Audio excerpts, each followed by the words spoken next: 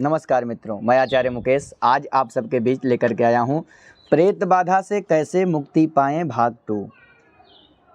सबसे पहले मैं आपको एक मिस कॉल नंबर बता रहा हूँ 95 071 04079 9507104079 95 071 04079।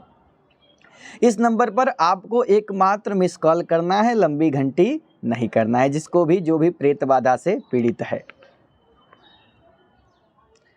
3 कारण होते हैं, 3 कारणों के कारण व्यक्ति परेशान रहता है और परेशानी मात्र स्वास्थ्य की ही समस्या नहीं होती है, अपितु वह धन वैभव से भी कमज़ोर होता जाता है। किसी कार्य में मन भी हो सकता है न लगता हो। तो बंधुओं, आपको मैं कारण बताने जा रहा हूँ पितर। जब मेरे पितर तो मेरे लिए ठीक है, मुझे आशीर्वाद देंगे, किंतु दूसरे के जो पितर होते हैं वह जब मुझे आकर के परेशान करेंगे तो उनको भूत प्रेत की संज्ञा दी जाती है। और कभी कभी मेरे भी पितर अप्रसन्न रहते हैं। ऐसे स्थिति में जिसके भी पितर दुखी हैं वह व्यक्ति एक नारियल ले ले और नारियल लेकर के अपने सिर से 7 बार घुमा करके उतार देना है और एक सफ़ेद कपड़े में उसको रख देना है। ध्यान दीजिएगा बंधुओं, सफ़ेद कपड़े में लपेट करके उसको नहीं घुमाना है। पहले नारियल को 7 बार घुमाना है और 7 बार घुमाने के बाद उसको एक सफ़ेद कपड़े में लपेट करके भगवान के समकक्ष नहीं रखना है। जैसे भगवान जहाँ पर हैं उन्हीं के नीचे वाले अलमारी में अथवा भगवान से नीचे, भगवान के समकक्ष वह नारियल न रहे, वहाँ रख करके अपने पितरों से प्रार्थना करना है, हे पितर देवता आपकी प्रसन्नता हो, आप संपूर्ण परिवार के ऊपर प्रसन्न हो। और 11 दिन तक जो पूजा की विधि है, भगवान शंभू के मंदिर में जा करके भगवान शंभू की आराधना, मिस कॉल मरने के बाद तीसरे दिन अथवा 5वें दिन, 3 दिन के अंदर आपको यदि लाभ समझ में आता है तो आपको जो भी सोमवार पड़े, शुक्रवार पड़े, उस दिन से 11 दिन भगवान शंभू के मंदिर में जा कर के जलहरी वाला पूजा पाठ करना है। वह आपको आगे वीडियो में सब कुछ मिलेगा। उसके बाद आपको संपूर्ण लाभ प्राप्त हो जाएगा। 80%, 90%, 100% लाभ मिलने के बाद 3 महीने के अंदर ही आपको अपने पितरों के निमित्त गया श्राद्ध अथवा त्रिपिंडी श्राद्ध कर देना है। और पितरों विधिवत रूप से मन लगा करके अपने पितरों के निमित्त यह यदि आप श्राद्ध कर देंगे तो आप उन्नति भी करेंगे, प्रगति भी करेंगे, आपके पितर आपको आशीर्वाद भी प्रदान करेंगे और जो भी आपके पितर अप्रसन्न हैं वह प्रसन्न हो जाएंगे। दूसरी बात, व्यक्ति कहीं जाता है दिखाने, 2 जगह 4 जगह, जब वह पीड़ित होता है तो वह बैठ नहीं सकता है, कहीं न कहीं जाता है दिखाने के लिए। तो जो भी देखने वाले होते हैं वह बता देते हैं कि आपके देवी देवता अप्रसन्न है। अब देवी देवता का मतलब आपके कुल देवता कुलदेवी हो गए और ब्रह्मा आदि भी, जो भी घर के परिवार के देवता हैं, ब्रह्म भी आपके देवता ही माने जाते हैं, वह अप्रसन्न है। जिनके देवी देवता अप्रसन्न हैं उनको भगवान शंभू को महाभूतों के राजा भूतेश कहा गया है, महाश्मशानेश्वर। भगवान शंभू का ध्यान, भगवान शंभू का पूजा पाठ 11 दिन तक सोमवार से अथवा शुक्रवार से प्रारंभ, मिस कॉल मारने के बाद सोमवार अथवा शुक्रवार से 11 दिन तक पहले इस पूजा के विधि को संपन्न करना है और भगवान शंभू की आराधना करना है। महाकाली, महालक्ष्मी, महासरस्वती, त्रिगुणात्मिका, जगदम्बिका का भी ध्यान करना है। और उसके बाद बंधुओं 4 नवरात्रि होते हैं। पहला नवरात्रि चैत्र शुक्ल प्रतिपदा से लेकर के 9वीं पर्यंत, और दूसरा नवरात्रि आषाढ़ शुक्ल प्रतिपदा से लेकर के 9वीं पर्यंत। जो तीसरा नवरात्रि है वह शारदीय नवरात्र के नाम से जाना जाता है और वह नवरात्रि आश्विन शुक्ल प्रतिपदा से लेकर के 9वीं पर्यंत, और चौथा नवरात्रि माघ शुक्ल प्रतिपदा से लेकर के 9वीं पर्यंत। ये 2 नवरात्रि और 2 गुप्त नवरात्रि, इन चारों नवरात्रि में से आप किसी में भी एक नवरात्रि में जिसके भी ऊपर देवी देवता अप्रसन्न है वह व्यक्ति नवरात्रि में 9 दिन लगातार यदि वह संस्कृत में पाठ दुर्गा सप्तशती का नहीं कर सकता है तो हिंदी में ही पहले दिन से 9वें दिन तक 9 पाठ हिंदी में ही विधि पूर्वक करे और प्रार्थना माता से प्रार्थना करते हुए कि हमारे जो भी देवी देवता अप्रसन्न हैं वह प्रसन्न हो जाएं, तो वह स्वप्न के माध्यम से आपको कुछ न कुछ प्राप्त हो जाएगा कि हमें अपने देवी देवताओं के लिए क्या करना है। जो भी उनको चाहिए, आपसे कोई संपत्ति नहीं मांगेगा, या जहाँ थोड़ा बहुत स्थान ही मांग सकते हैं, आपसे कोई आपका संपत्ति नहीं मांग लेगा। तो जो भी वह स्वप्न में आपसे कहें उनको स्थान आप प्रदान करें, वह देवी देवता आप पर प्रसन्न होकर के फिर कोई बाधा होगी ही नहीं, बिल्कुल प्रसन्नता पूर्वक आपको आशीर्वाद प्रदान करेंगे। एक चीज़ जान लीजिए, जिनके घर के कुल देवता कुल देवी प्रसन्न हैं वह कहीं भी किसी से हार नहीं सकता है, बहुत आगे वह बढ़ेगा। देवी देवता की प्रसन्नता ही सबसे बड़ी प्रसन्नता होती है, परिवार में भी एकता सबके बनी रहती है। और तीसरी बात, तंत्र प्रयोग, अभिचार आदि प्रयोग आप दिखाने जाते होंगे, यदि आप पीड़ित हैं तो दिखाने जाते होंगे, आप दिखाने जाते हैं और किसी के पास गए आप फिर ठीक हो गए,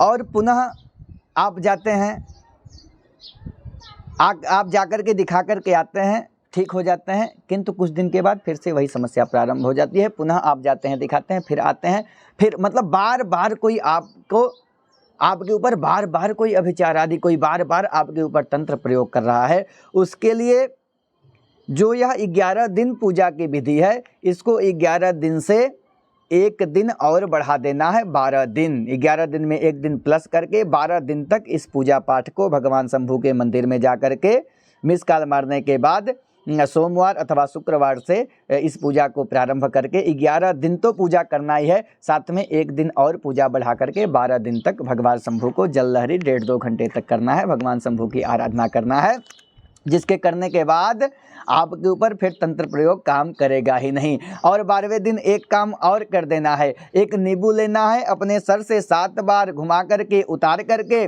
और उसको 2 भाग में कर देना है। 2 भाग में करने के बाद महाकाली का ध्यान करते हुए दोनों नींबू को पूरा नहीं निचोड़ना है, मात्र एक एक बूंद दोनों में से महाकाली का ध्यान करते हुए निचोड़ करके पुनः अपने घर को आ जाना है।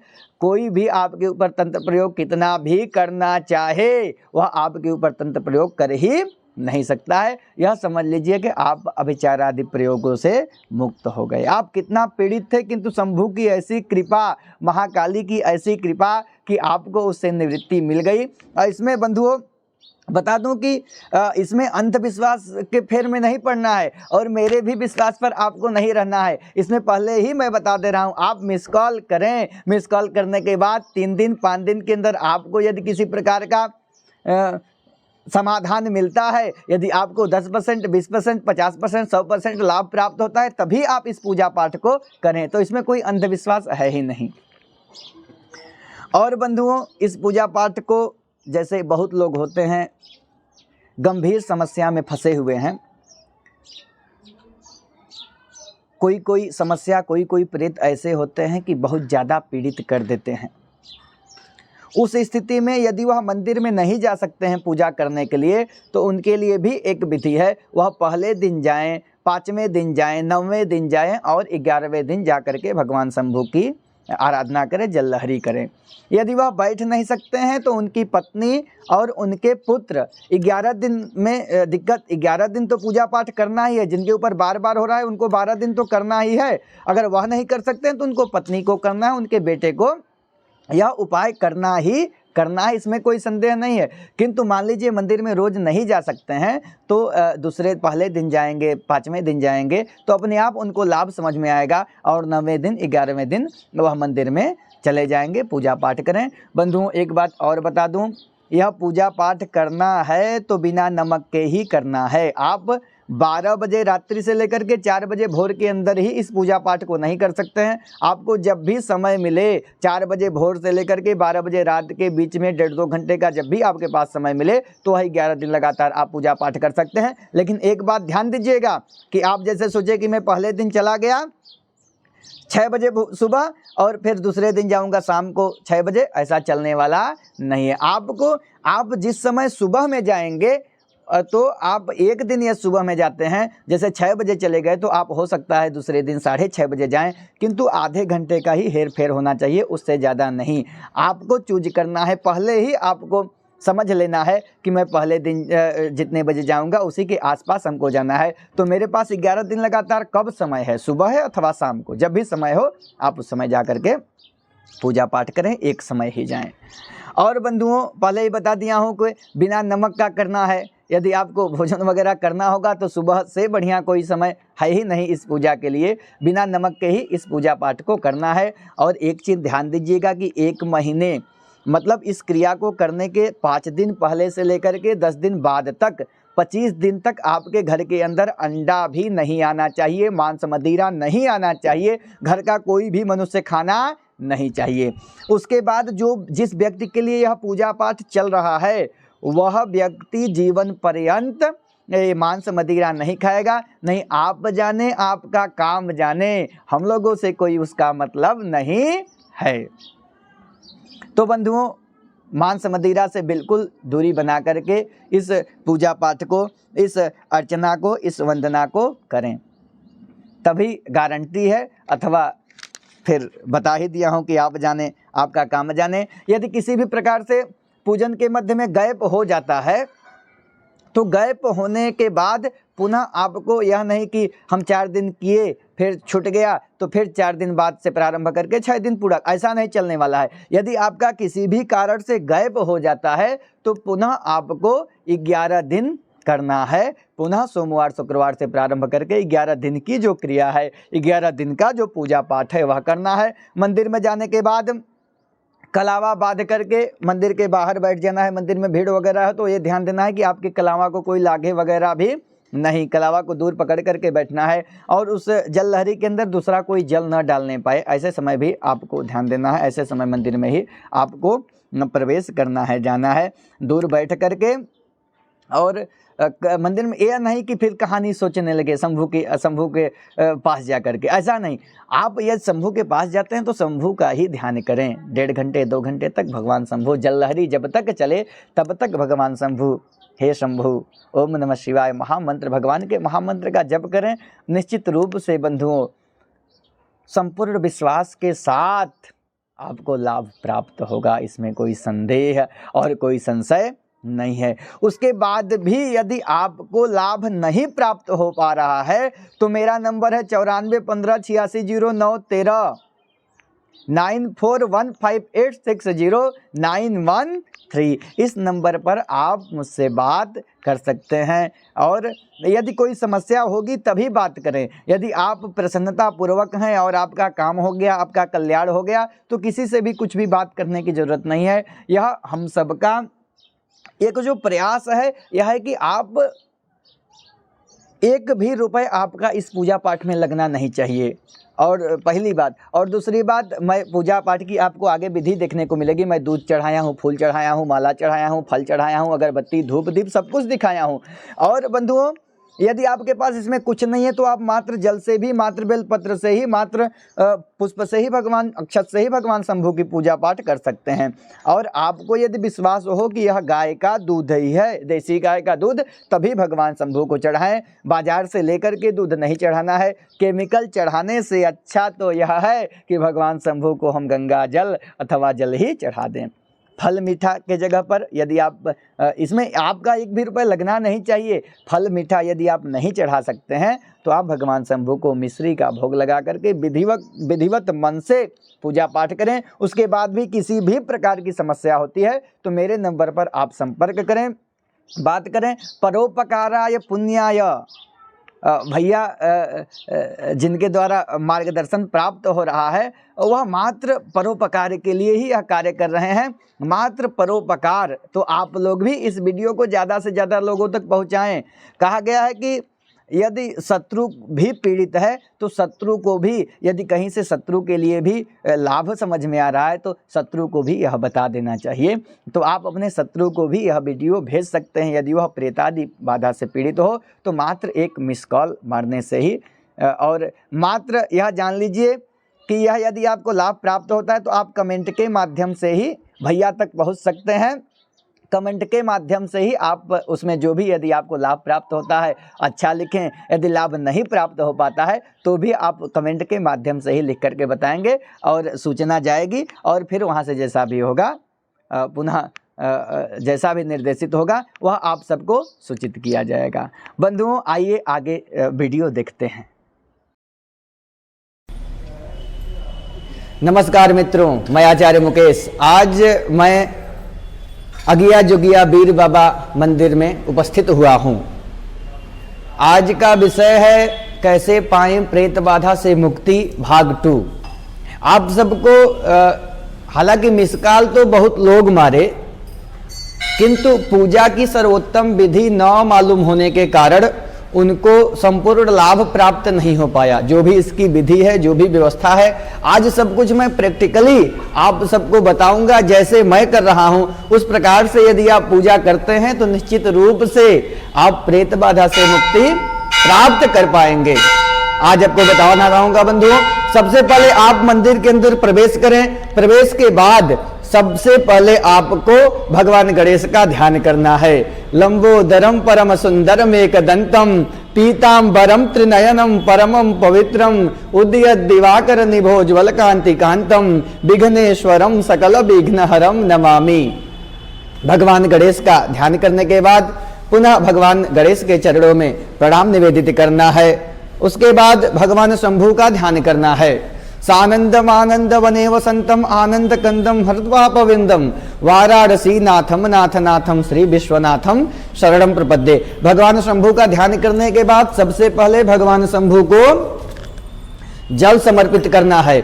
ओम हरि ओम नमः शंभवाय च मयो भवाय च नमः शंकराय च मयस्कराय च नमः शिवाय च शिवतराय च सांब सदा शिवाय नमो नमः। भगवान शंभु को जल चढ़ाने के बाद पुनः भगवान शंभु का दुग्ध से अभिषेक करना है। हरि ओम पयः पृथिव्यां पय ओखधि कुपयो दिव्यंतरिक्षे पयो धाः पयस्वती प्रदिशः सन्तु मह्यम्मा। भगवान शंभु को दुग्ध चढ़ाने के बाद पुनः भगवान शंभु को जल अर्पित कर देना है। जल अर्पित करने के बाद जल अर्पित जो पय स्नान के बाद जो जल चढ़ाया जाता है उसको शुद्धोदक स्नान कहते हैं।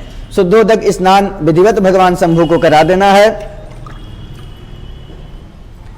और एक बात ध्यान रखिएगा कि मैं मंत्रों का उच्चारण कर रहा हूं। यदि आपको मंत्र मालूम नहीं है तो अपने मन में ही ओम नमः शिवाय महामंत्र का जप करते हुए भगवान शंभु की दिव्य आराधना करें।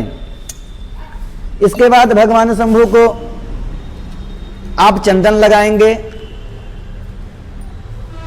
त्वां गंधर्वा अखनौस्त्वाम इंद्रत्वाम बृहस्पतिः त्वामोखधे सोमो राजा विद्वान् यक्षमादमुच्यत।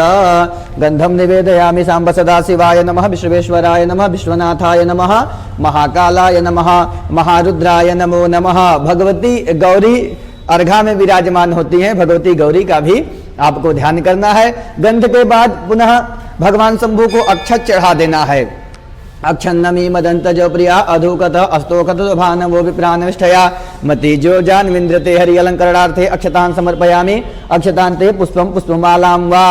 यह आवश्यक नहीं है कि आप माला ही खरीद करके लाएं, पुष्प वगैरह चढ़ा सकते हैं। माल्यादीनि सुगंधिनी मालत्यादीनि वै प्रभो मया हृतानि पुष्पाणि पूजार्थम प्रतिगृहताम। आपके पास कोई सामग्री हो अथवा न हो, एक बात का ध्यान देना है।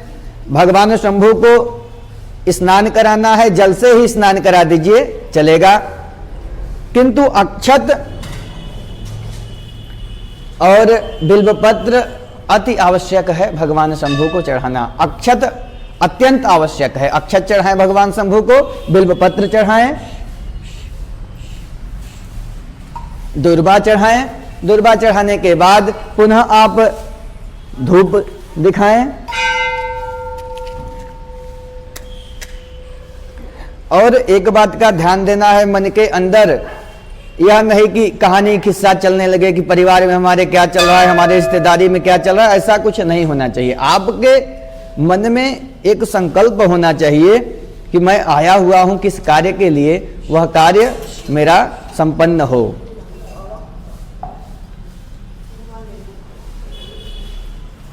भगवान शंभु को धूप दिखाएंगे। ओम धूरसि धूर्वधूर्वंतन धूर्वतन जोस्मान धूर्वदितन धूर्वजं वयं धूर्वामह देवानामसि बनितमग्गुं स्वस्तितमं पवृतमं जुषतमं देवहूतमं धूपम् आघ्रापयामि।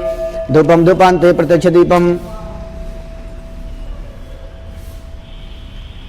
दीपक दिखाएंगे। चंद्रमा मनसो जात चक्षुः सूर्यो अजायत श्रोत्राद्वायु से प्राण च मुखादग्निरजायत। प्रत्यक्ष दीपम संदर्शयामि सांब सदा शिवाय नमः। प्रत्यक्ष दीपान्ते भूमौ निधाय हस्तौ प्रक्षाल्य पुनः नैवेद्यं च कुर्यात्। ओम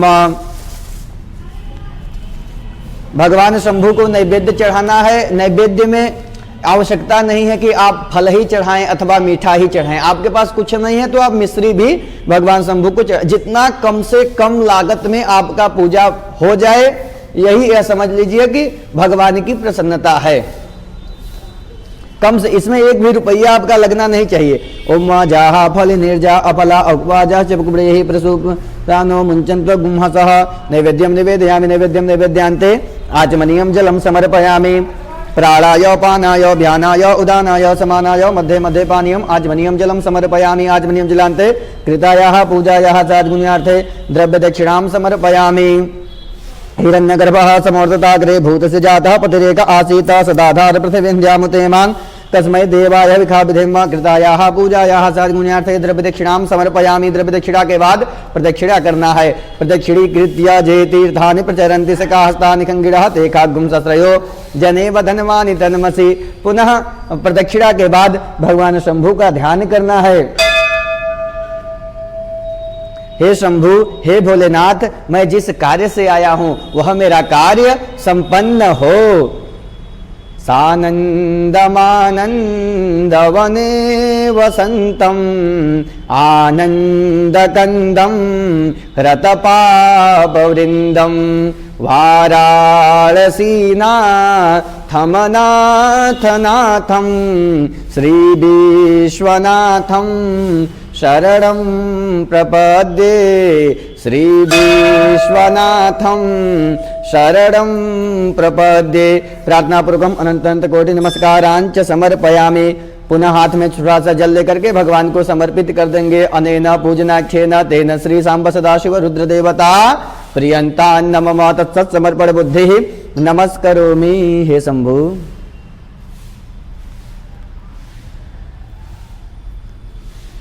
पुनः भगवान को प्रणाम निवेदित करते हुए एक रक्षा ले लेंगे, क्योंकि मंदिर में अन्य कई लोगों का आना जाना होता है, तो इससे आपको डिस्टर्बता न हो, इसके लिए एक रक्षा ले लेना है। रक्षा लेने के पश्चात यह जो जल कुंभी जल लहरी है, इसमें इस रक्षा को बांध देना है। बांधने के पश्चात एक बात का विशेष रूप से ध्यान देना है कि जब भी आप इसमें जल डालें, दूसरा कोई इस रक्षा को भी स्पर्श न करे, और रक्षा के साथ साथ कलावा के साथ साथ इस पात्र में भी दूसरे किसी का जल नहीं जाना चाहिए। और आप इसके अंदर जो जल डालें वह कम से कम 1.5 घंटे से 2 घंटे तक चलना चाहिए। इसके बीच में कोई आपको डिस्टर्ब न करे। और ऐसा आप समय भी, पूजा पाठ का समय आप ले लीजिए, 12 बजे से रात्रि 4 बजे तक आप इस पूजन को नहीं कर सकते हैं। नहीं, इसके अलावा कोई भी समय ले सकते हैं, थोड़ा बहुत आगे पीछे, लेकिन आपको समय लेना है अपने हिसाब से। पता चला एक दिन 6 बजे किए, दूसरे दिन 10 बजे किए, ऐसा नहीं चलेगा। अगर एक दिन 6 बजे करते हैं, दूसरे दिन 6:10, 6:20 तो चलेगा, किंतु ज्यादा अंतर नहीं चलेगा। एक अपना सामंजस्य बैठा करके ही भगवान शंभु की अर्चना पूजा पाठ करना है। अब देखिए इसके अंदर जल भरा हुआ है, हालांकि मैं थोड़ा सा जल डाल दे रहा हूं। आपको जब भी जल भरना है तो इसको खाली करके ही इसमें जल भरना है। मैं भी खाली कर देता। ओम नमः शंभवाय च मयोभवाय च नमः शंकराय च महेश्वराय च नमः शिवाय च शिवतराय च।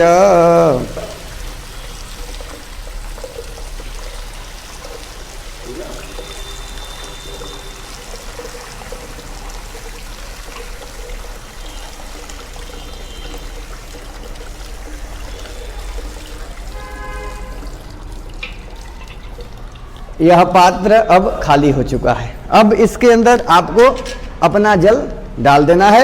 इतना जल डालना है कि 1.5 घंटे तक चले, 1.5 घंटे तक रुके नहीं।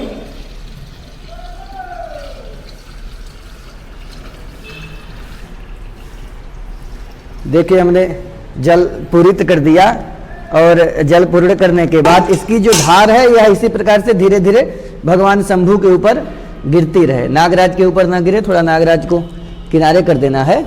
इस प्रकार से भगवान शंभू के ऊपर ही यह धार गिरती रहे, इस बात का विशेष रूप से ध्यान देना है। उसके बाद मंदिर में भीड़ होती है, मंदिर में लोगों का आना जाना होता है, इसके कारण आपको एकांत जगह पर बैठ जाना है। जैसे मैं यहीं पर बैठ गया हूं क्योंकि मंदिर में भीड़ नहीं है, यहीं पर बैठ गया हूं। नहीं तो आप, यदि आपको दिक्कत होती है तो आप मंदिर के बाहर भी बैठ सकते हैं। इस प्रकार से आप बैठ करके भगवान शंभू का ध्यान करना है। किसी भी प्रकार की कहानी और किस्सों को नहीं सोचना है, मेरे घर में क्या हो रहा है, मेरे परिवार में क्या हो रहा है, यह सब न सोचते हुए मात्र भगवान शंभू पर ही ध्यान करना है, भगवान शंभू का ही ध्यान करना है। आंख बंद कर करके ओम नमः शिवाय मंत्र का, महामंत्र का जप करें। बीच बीच में उस जो बूंद भगवान शंभू के ऊपर गिर रही है उस पर भी आपको ध्यान देना है। साथ में यह 1.5 घंटे तक चले ऐसा भी देखना है कि इसमें किसी प्रकार का व्यवधान उत्पन्न न हो। और भी बातें हैं। अब मंदिर में तो थोड़ा आज बसंत पंचमी है, लोगों का आना जाना है, तो और बातें इसी वीडियो में आपको मिलेंगी, किंतु वह शूट अन्यत्र